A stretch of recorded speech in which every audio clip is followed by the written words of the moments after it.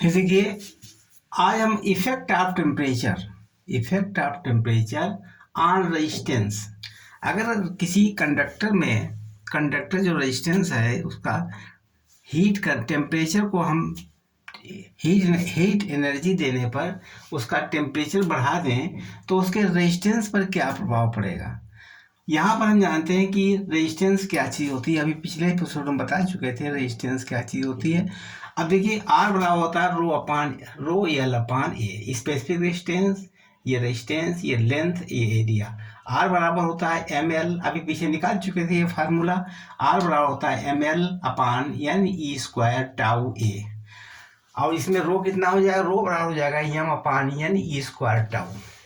अब यम क्या है, मास ऑफ द इलेक्ट्रॉन। यम जो है mass of the electron. L क्या है, यहाँ पर एल है length of the conductor along which current flow. Length of the conductor जिसमें धारा बहती है, करंट फ्लो होती है, उसकी लंबाई को एल कहते हैं। एन क्या है, number of free electron per unit volume. ये नहीं कि नंबर ऑफ इलेक्ट्रॉन वॉल्यूम कितना हो, पर यूनिट वॉल्यूम में नंबर ऑफ इलेक्ट्रॉन को एन कहते हैं।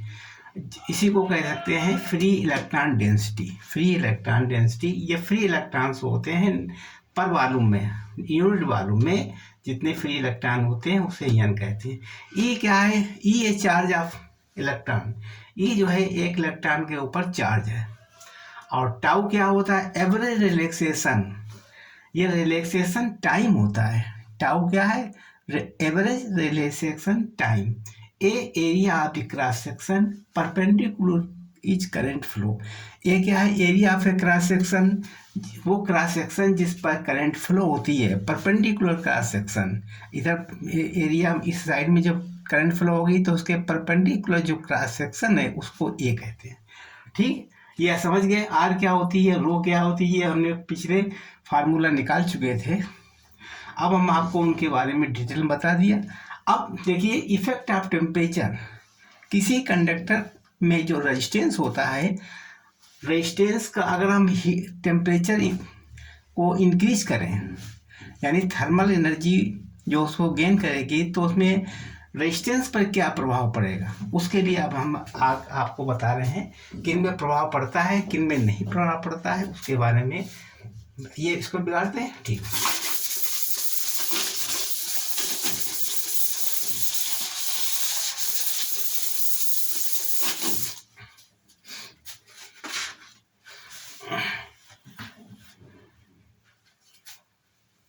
अब आप जानते हैं कि R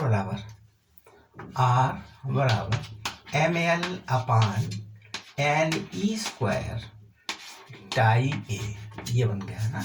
और इसमें रो कितना होगा, रो इसका ये एल छोड़ दीजिए, एम अपान एन ई स्क्वायर टाउ। अगर हम टेम्परेचर इंक्रीज करते हैं, मान लीजिए कोई हमारा मेटल है, फॉर कंडक्टर्स, मेटल कंडक्टर है, मेटल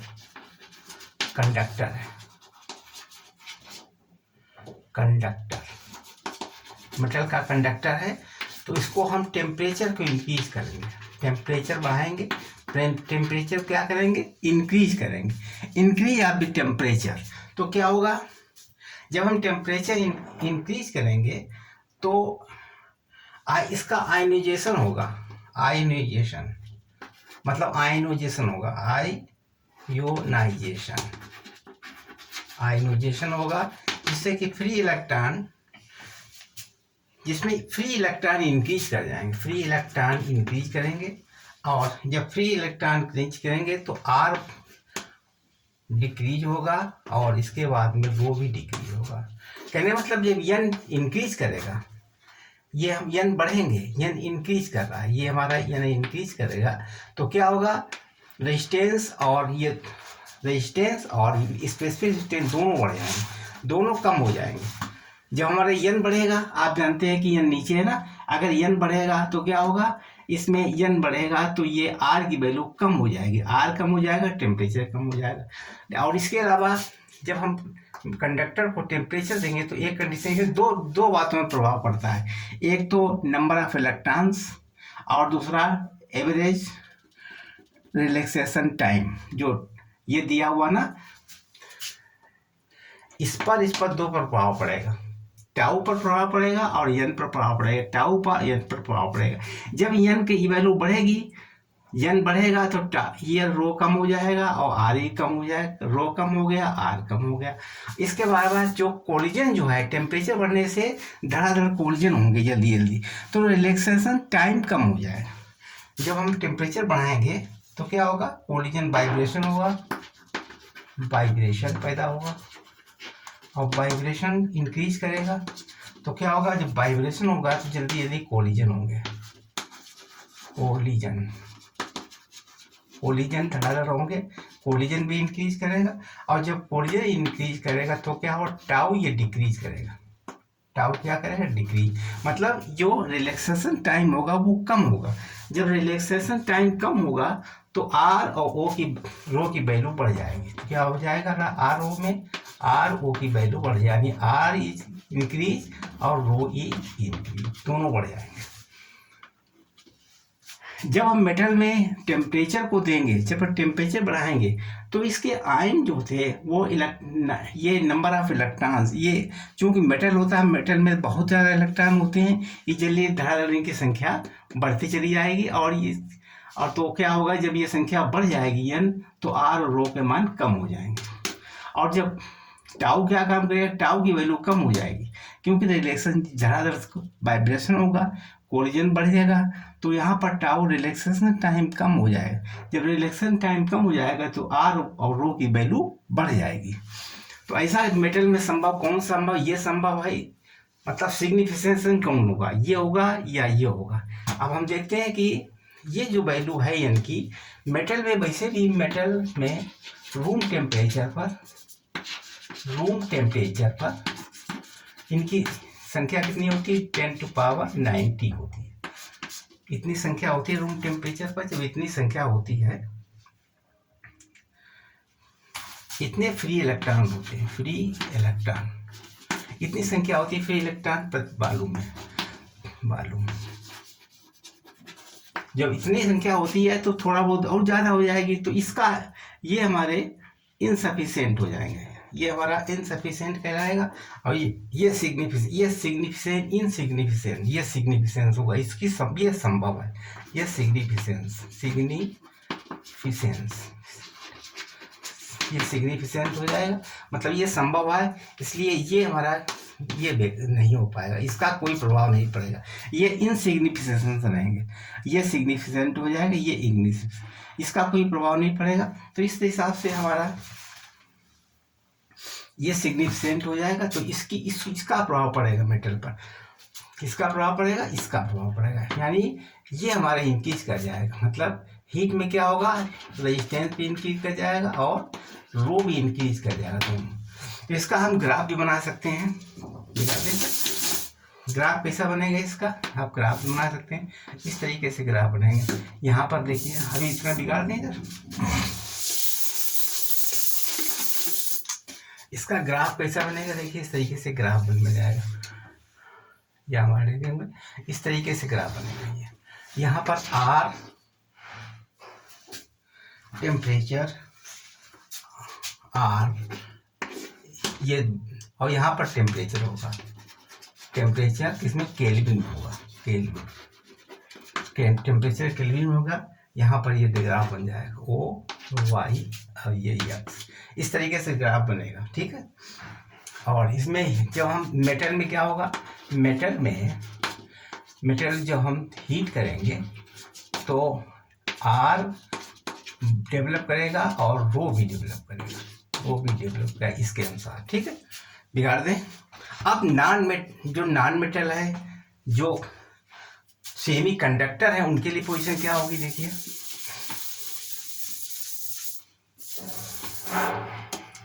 इन सेमी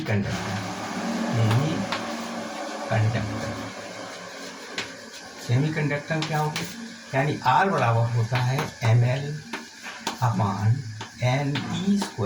टाउ ए, और रो बराबर से होता है m/ne² टाउ। अब सेमी कंडक्टर में होता है, जैसे हमने किसी को टेम्परेचर दिया तो क्या होगा, इसमें टेम्परेचर देने में n बढ़ेगा, n डेवलप करेगा और इस जब n डेवलप करेगा तो R कम हो जाएगी और रो भी कम हो जाएगा। ठीक है, n बढ़ेगा तो R कम हो जाएगा, रो भी। इसके बाद में इसमें वाइब्रेशन होगा। टाउ में क्या कंडीशन होगी, टाउ में यहाँ पर वाइब्रेशन होगा और यहाँ पर वाइब्रेशन में टाउ इंक्रीज करेगा, टाउ क्या करेगा, डिक्रीज करेगा। टाउ डिक्रीज करेगा तो इसका मतलब हो गया R कम हो जाएगा, R बढ़ जाएगा और रो भी बढ़ जाएगा। इसमें ये सेमीकंडक्टर में कुछ अलायंस मिलाए जाते हैं। सेमीकंडक्टर में कुछ अलायंस मिला करके बनाया जाता है तो उसमें क्या होता है, ये सफिशेंट सिग्निफिकेंस कहेगा, ये हमारा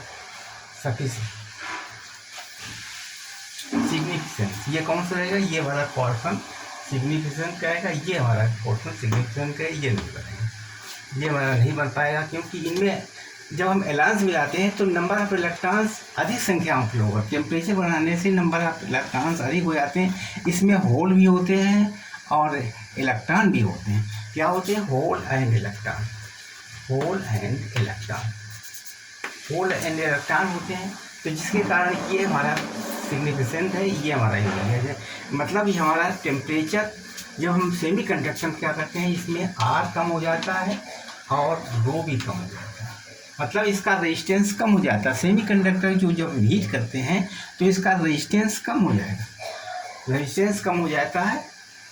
तो ये है सेमीकंडक्टर की कंडीशन। इसके बाद में फिर देखिए नॉन सेमीकंडक्टर जो मिले जुले बिगाड़ते हैं इसको।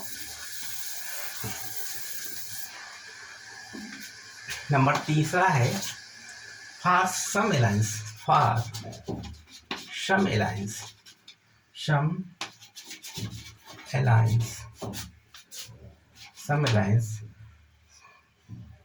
कुछ एलायंस ऐसे होते हैं, उसको टेम्परेचर बढ़ाने से क्या होता है, टेम्परेचर जैसे ही हमने इसको गेन किया, टेम्परेचर बढ़ाने से क्या होगा, इसमें n बढ़ेंगे, n नंबर ऑफ इलेक्ट्रॉन्स बढ़ेंगे और जल्दी इसके बाद मतलब हो जाएगा R भी बढ़ेगा, R कम हो जाएगा और रो भी कम हो जाएगा।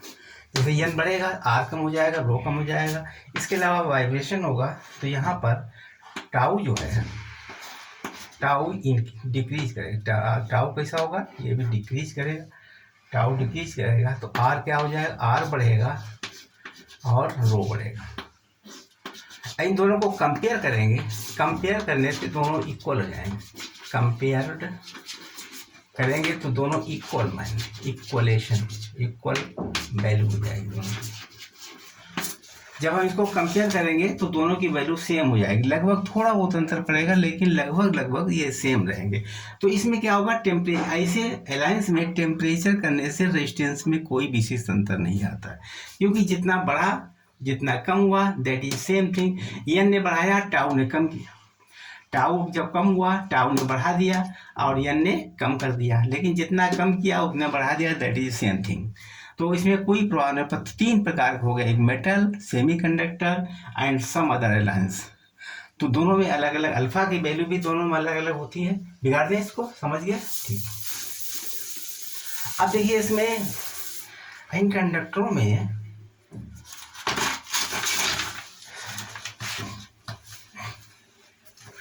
अब देखिए जो टेम्परेचर का प्रभाव, अभी फार्मूला के अनुसार टेम्परेचर की फार्मूला कैसे निकालेंगे, फार्मूला कैसे ज्ञात किया जाए, तो T बराबर होता है T प्लस dt। अगर किसी में टेम्परेचर बढ़ा दें तो मूल टेम्परेचर से थोड़ा ये बढ़ जरूर जाएगा, इसका टेम्परेचर बढ़ाने से T टेम्परेचर बढ़ा दिया। इस तरीके से R, अगर हम R को बढ़ा दें, R 0 बराबर, तो इसको भी बढ़ा दें तो क्या होगा, यानी ये भी dr बढ़ जाएगा, dr बढ़ जाएगा, r बढ़ा दें तो अब dr से इसको हम कम, जैसे r बढ़ाया वैसे dr को हम कंपेयर कर लेंगे dt से, और इसी तरीके से dr is proportional to r0। ठीक, क्वेश्चन नंबर 1, ये क्वेश्चन नंबर 2 बन गया। अब दोनों को मिला दें, मतलब T टेम्परेचर को बढ़ाने से कुछ टेम्परेचर बढ़ा दिया dt, इससे रेजिस्टेंस भी बढ़ जाएगा, रेजिस्टेंस dr बढ़ गया। जब रेजिस्टेंस बढ़ गया, ये R0 का मतलब क्या हुआ, प्रारंभिक रेजिस्टेंस, जब हमने इसको टेम्परेचर बढ़ाया तो इसमें ही बढ़ोतरी होगी, टेम्परेचर बढ़ाने से ये बढ़ गई। ये दोनों का एक डायरेक्टली प्रोपोर्शन होगा, dr प्रोपोर्शन dt और dr प्रोपोर्शनल टू जितना इसका ये होगा प्रारंभिक इनिशियल रेजिस्टेंस उसमें ही बढ़ोतरी होगी उस तरीके से। अब दोनों को मिला दें तो dr is proportional to R G naught into D T. ठीक है, अब dr को प्रोपोर्शनल हटा दीजिए, यानी dr बराबर alpha R naught D T. ठीक, अब इसको हम डी इसको हम इंटीग्रेट कर दें, ऊपर बिगाड़ दें, समझ गए। अब दोनों को इंटीग्रेट कर दीजिए, यानी डी आर यानी इनिशियल आर नॉट और आर फाइनल बराबर alpha R naught initial T zero T initial और टी फाइनल डी। ठीक है, अब देखो टी फाइनल हो गया। अब डी आर क्या हो जाएगा, डी आर में R final minus R initial बराबर हो जाएगा अल्फा आर नॉट, ये हो जाएगा T final minus T initial. ठीक है, तो ये हो जाएगा आर एफ आर फाइनल मान लो आर जीरो बराबर हो जाएगा अल्फा आर जीरो ये डेल्टा टी बराबर। ठीक है, इधर बिगाड़ दें। अब R final minus R initial बटे R initial to delta T बराबर हो गया अल्फा। अल्फा का मान इतना, ये हमारा फार्मूला बन गया। इसको ऐसे भी लिख सकते थे, आर एफ बराबर आर फाइनल बराबर R naught plus alpha R naught delta T, ऐसे भी लिख सकते थे। तो आर फाइनल बराबर आर नॉट कॉमन ले लीजिए, यहाँ में 1 plus alpha into delta T. ये फार्मूला बन गया, ये फर्स्ट फार्मूला बन गया, ये इसका सेकेंड फार्मूला बन गया। इस तरीके से हमने इसका रेजिस्टेंस और हीट का एक फार्मूला बना दिया। इसके थ्रू हम न्यूमेरिकल लगा सकते थे और भी प्रश्न लगा करके सॉल्व कर सकते हैं। धन्यवाद। देखिए, हमारे चैनल को आप नए हैं तो सब्सक्राइब कर दीजिए, अगर नए हैं आप तो सब्सक्राइब कीजिए, सब्सक्राइब लाइक और शेयर कीजिए, बेल आइकन को प्रेस कीजिए जिससे अगला वीडियो हम आपको डाल सकें। धन्यवाद।